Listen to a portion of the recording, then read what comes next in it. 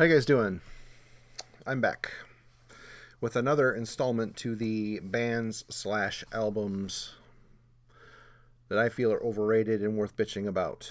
Um, this series is pretty sparse, I must say, on my channel, but tends to get the most comments because a lot of people don't agree with the bands and albums I've been showing. You know what? Which is fine.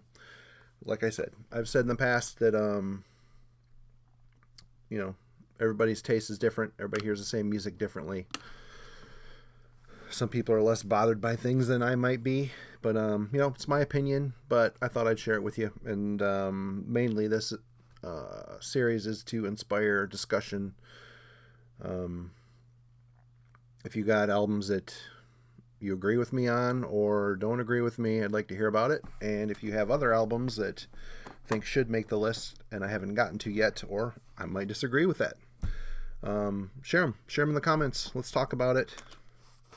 Or if you just feel like calling me an idiot, people tend to do that as well, which is, free world, go for it.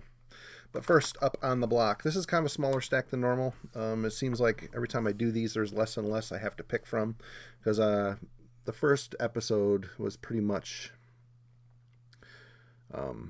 my most, I think, venomous as far as stuff that really bugs me.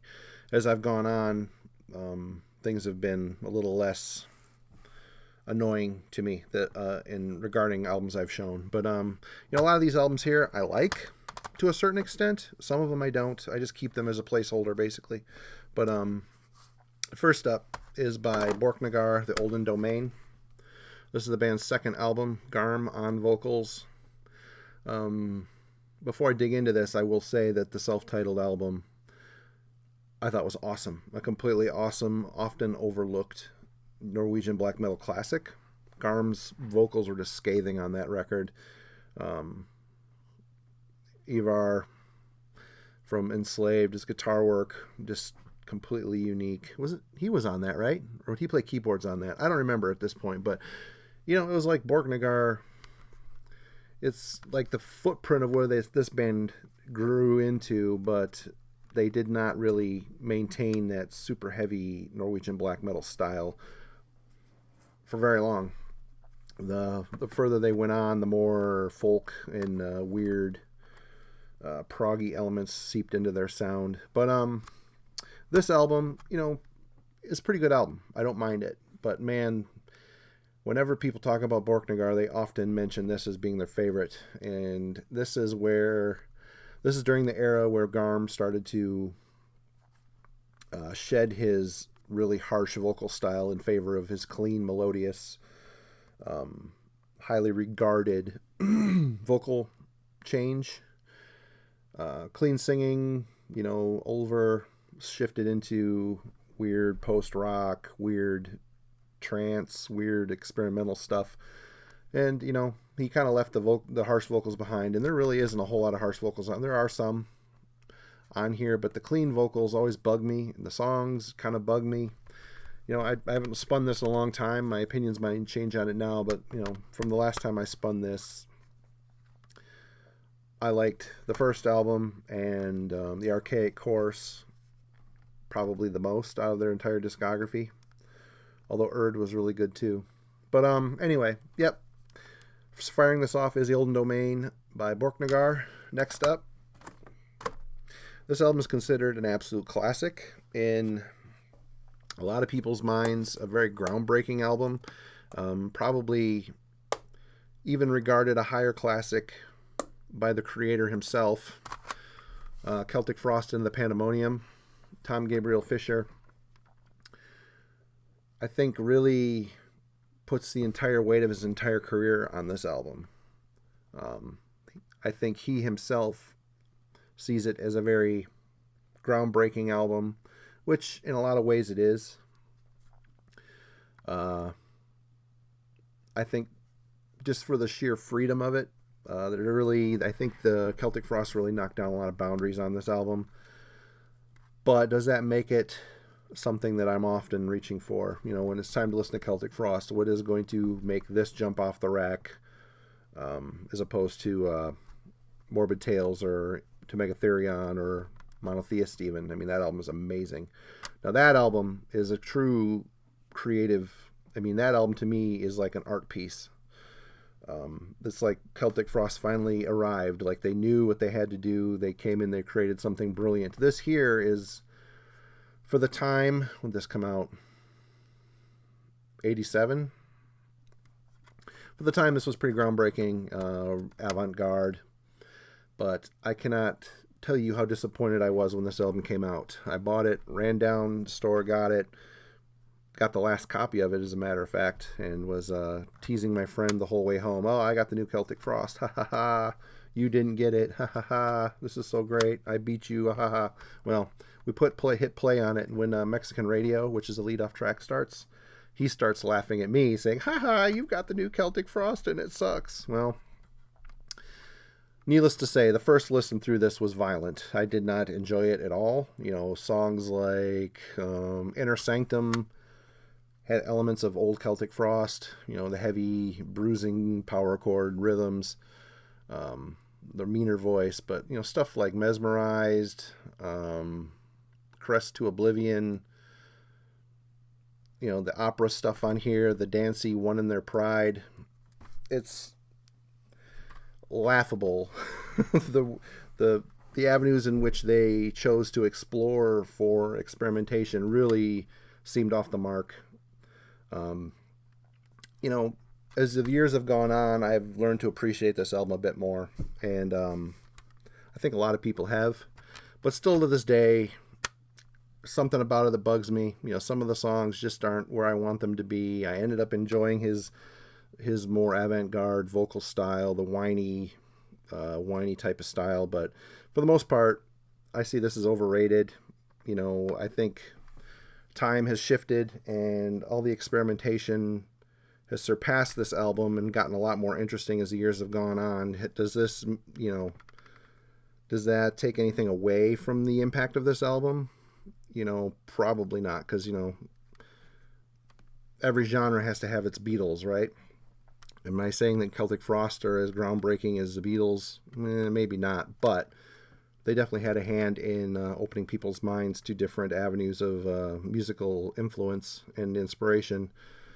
Doesn't mean I have to like where they went with it. There's some good stuff on here, but a lot of garbage. Next up, a lot of people love this album too, and man, I hate this album. Re in Chaos by Dissection. This is a promo. The first two Dissection albums are absolutely perfect. Hands down, perfect. Somberlane, Storm of the Light's Bane. I mean, Storm of the Light's Bane is probably the best album ever written. It's right up there in the top 5. And after being locked up in prison for a while and coming back, it seems like John lost the muse. Re in Chaos, to me, is knuckle-dragging. I don't mind the song Starless Aeon, and I don't mind the instrumental on this album. I can't remember the name of it. But those two had a bit of the older Dissection vibe to it. But for the most part, man, it seemed like Dissection got morphed into a bit of nu metal. I mean, I'm pushing it when I say nu metal, but there's this dumbed down riff, you know, rounded off riffs. It just seemed simplistic. They're trying to go for catchy, but it just sounded to me like a different band. Nodvite's vocals were a little bit different. This album is a humongous disappointment, and for him to think that he wrote his opus before killing himself, it's too bad, because, you know, Storm of the Light's Bane could have deserved a proper follow-up, and this is not it, as far as I'm concerned. Next up, here's an album I don't mind, but it is Enslaved's Monumention.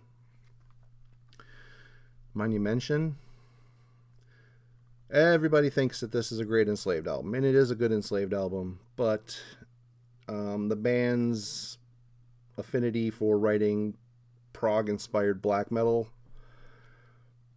just doesn't sit with me quite well. I think they've finally gotten, on the last few albums that they've released, they've gotten pretty good at doing it. On this album, it seemed a little undercooked, a little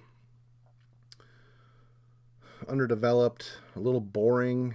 You know, There's still really super harsh vocals on this. It still sounds like Enslaved. It's still a good album, but for all of the praise that this thing got, I just was not on board with it. Again, this band, Below the Lights, I think came after this one. That is an amazing album.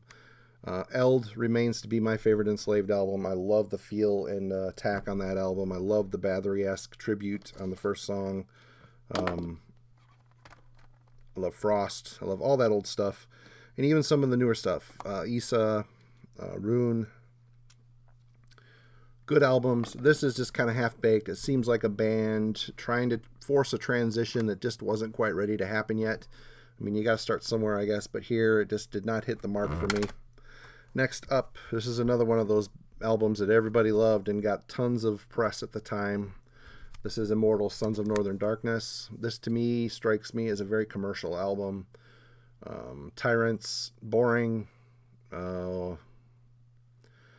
I don't know. This album just seems very commercial and boring to me. I enjoy where they ended. All Shall Fall, I think, is a good album, although a lot of people just talk bad about that album. I like it. I like the vocal production of it. I like the sound. I like the feel of the music.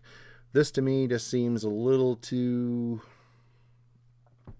boring. It's like they've kind of wore their formula into the ground. The riffs are still pretty decent. The songwriting is okay. It's just up on a more commercial step, and stupid focus, stupid band photos. It just kind of that picture kind of sums up this album to me. A little silly, not for me. I'm definitely listening to older Immortal and newer Immortal. The new Immortal's great, by the way. I'm sure you've all heard that. Next up, Cattonia, Viva Emptiness. Last Fear Deal Gone Down is the last Cattonia album that I really, really like. And after that point, they kind of became a parody of themselves. They kept writing the same songs over and over and over again. And this is a prime example of that. This and the albums that came after it, they're good. They're emotive. They take their post-metal mixed with the Cure feeling and rewrap it with a new cover every couple years, and find this stuff super boring. 2003, everything after this album really struck me as uninteresting. Next up, this might get a couple of you riled up, but Mayhem's Death Crush. This album is an out-of-tune mess. I like some of the songs on it. Obviously,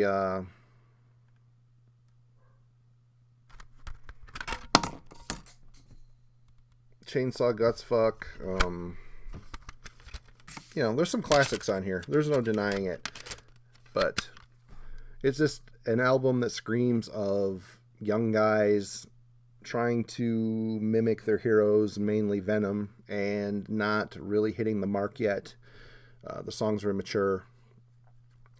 Like I said, it's out of tune and just a little difficult to listen to. Would I buy in fact, this is a CDR. This is not even a real copy. I don't own a real copy of this, and I really don't want or need it. If I found it cheap on vinyl, I mean super cheap, I would consider it, but it would be one of those albums that just sits. I probably wouldn't spin it much at all. Yeah, I mean, it is amazing the jump that was experienced between Death Crush and De Mysterious Dom Satanas. That, to me, is the ultimate Mayhem album. I think it is for a lot of people, but it just seems like a completely different band up against this immature, underproduced, underplayed, technically lacking album. If you like it, hey, cool. It's definitely cult and necro sounding, but it's not something I ever really want to listen to. And lastly, for this edition, this probably comes as no surprise. A lot of you probably feel the same way. Metallica's Injustice for All. When this album came out, what was it? What year was it? 89, the year I graduated high school. This, I was so ready for a new Metallica album. I love Master Puppet so much. I love Ride the Lightning, Kill 'Em All so much that I listened to the shit out of this and forced myself to like it.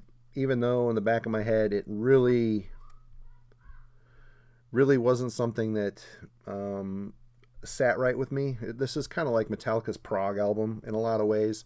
I enjoy Blackened, enjoy One, which is the hit single. And there's a lot of songs on here that I kind of like, but there is a lot of wandering song structures. This sounds like a very forced album to me. Obviously, the impact of Cliff's death really had a huge effect on the band. Obviously, they chose to move on, and they squeezed this album out of themselves, even though they probably would have rather just sat around and drank themselves into stupidity, which they probably did while they did this album as well. But it's seen as a classic. If it's on, I'll listen to it and mostly enjoy it. But this is a huge departure for Metallica, in my opinion. Especially coming off the energy that was that Garage Days EP. I really like that. Granted, I think Metallica have always been a fantastic cover band, but this is the sign of what's to come for Metallica. I don't really consider this a super commercial album because it's definitely it's a metal album. It's just, James's vocal style changes a little bit. The production, obviously people bitch about the production, no bass and everything, but really that never bothered me too much because Jason just kind of followed the riffs, it seems. I don't see where he was really contributing much depth to this material. But I could be wrong there. I just think this is a very overrated album. I do like it. I definitely does not hang on the same shelf as the first three, but it is probably the last truly good album that they did. In my opinion, I still like some of the newer Metallica. I like the last album. I like Death Magnetic.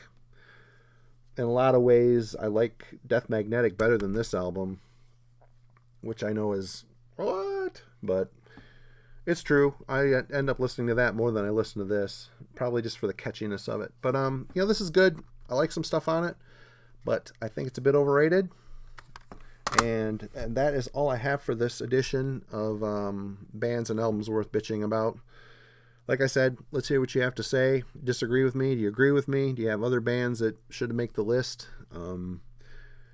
This isn't going to be a very steady installment just for the fact that I'm kind of working my way through the stuff that bothers me in the collection. But thanks a lot for watching. If you like it, you want to subscribe, we'd love to have you. And that's about it. You guys have a good night. Take care.